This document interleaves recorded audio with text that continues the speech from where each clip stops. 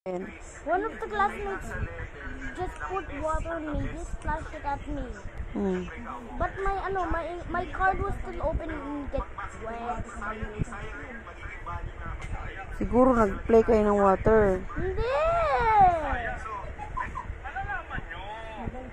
Sinabi mo kay teacher. And then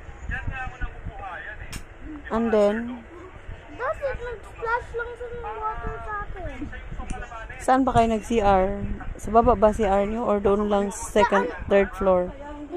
Sa third floor lang. Punta kayo ng CR, kayo lang. Yes, sa recess. Tapos lang yan. Pwede lang yan sa recess time is over. Tapos ng recess. Oh.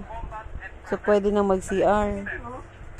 And Yeah, then, but there's only there's only two toilets for the girls. But they have to wait for their turn.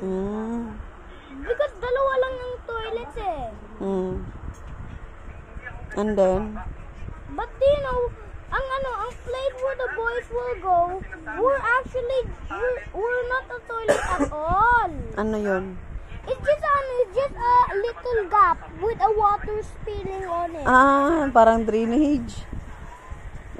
Ganun lang ihian nyo. Yeah, but circle lang eh. Circle, okay. May circle dun sa part. And nakikita ko ng dead ipis dun eh. And did what I say? The ipis is drowning. I'm under the water.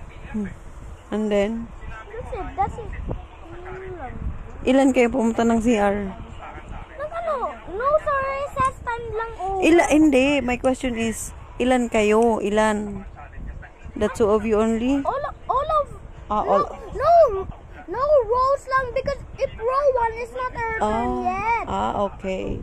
So what row are you? Hanggang row 8 lang tayo. Kami Dun sa row 8. Okay, and then? So, if row 1 goes first, the one on the left, the end of the wall from the left is actually first, but teacher wants it to be faster by just putting 2 at the same time. Okay. He will say, row 1, row 2. Both of them will come. Go to the CR. Toilet. Yeah. And then? One of the classmates literally just, put splash water on me. That's it. Anong reaction mo? Na-splash ka ng water? Nabasa na ako! Ano sabi mo? And then? Nagalit naman ako. Paano ka nagalit? Ganun lang. So that's it. Yeah. Kaya nabasa yung name tag.